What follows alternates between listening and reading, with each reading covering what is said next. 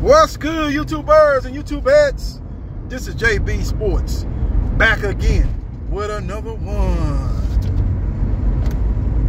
News broke yesterday that the Las Vegas Raiders had decided to bench Derek Carr and would start backup quarterback Jarrett Stidham, who has a connection with the head coach from their New England Patriots days, when McDaniel was the offensive coordinator and Jarrett Stidham was the backup quarterback. And they would go with undrafted free agent rookie quarterback Chase Garbers as the backup. A lot of people were like, damn, that's wow, that's a bold move by the Las Vegas Raiders. David Carr took them to the playoffs last year. He wasn't having a Pro Bowl year this year. He wasn't going to be on the first team, second team, or third team All-Pro.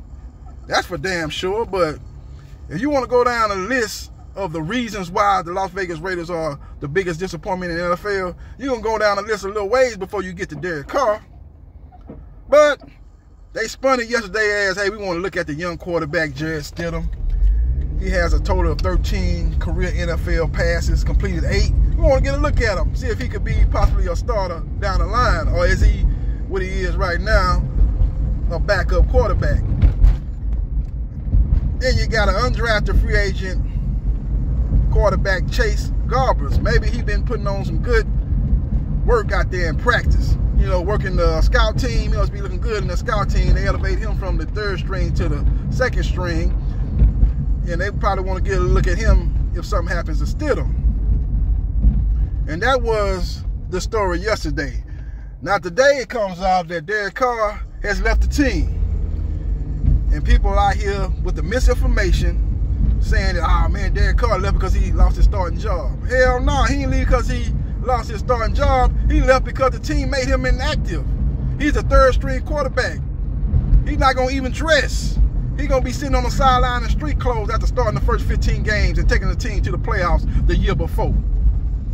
And like I say, he's not even the top 5 reasons why the Las Vegas Raiders are the biggest disappointment in the NFL. But they want to scapegoat him. They want to make him wear the black hat, and Derek Carr ain't having it. Now, if they just would have made Derek Carr the backup and started Jarrett Stidham, Derek Carr would be on the team as we stand here today, as we sit here today, as I'm driving. But now they want to embarrass the man. They want to make him inactive. So people can say, well, shit, he must be playing some below par football. He must be really hurting the team, man. They inactivated him. He inactive.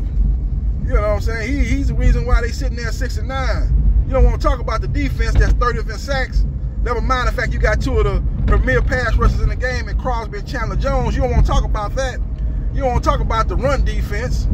You don't want to talk about all the turnovers. You don't want to talk about the disaster that's been going on in special teams. You don't want to talk about that. You don't want to talk about the head coach, Josh McDaniels, why you brought him there in the first place when the coach from last season took you to the playoffs and you was 1 touchdown pass away from taking the AFC champions, Cincinnati Bengals, into overtime. Maybe you win that game, and who knows what happened after that. They was right there with Cincinnati. Cincinnati beat the Raiders and then beat the Tennessee Titans in the divisional round of the playoffs, and then defeated the Kansas City Chiefs in the AFC Championship game. That team right there, the Raiders was head-to-head with them. They was going head up with them. It was a nip-and-tuck affair.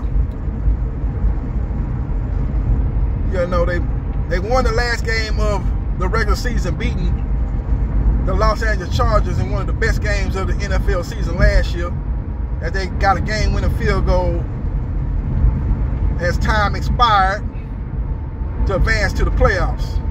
You get rid of that coach. It seems like to me the team rallied behind that coach. You know, they got rid of John Gruden because he had a whole lot of skeletons in his closet, evidently.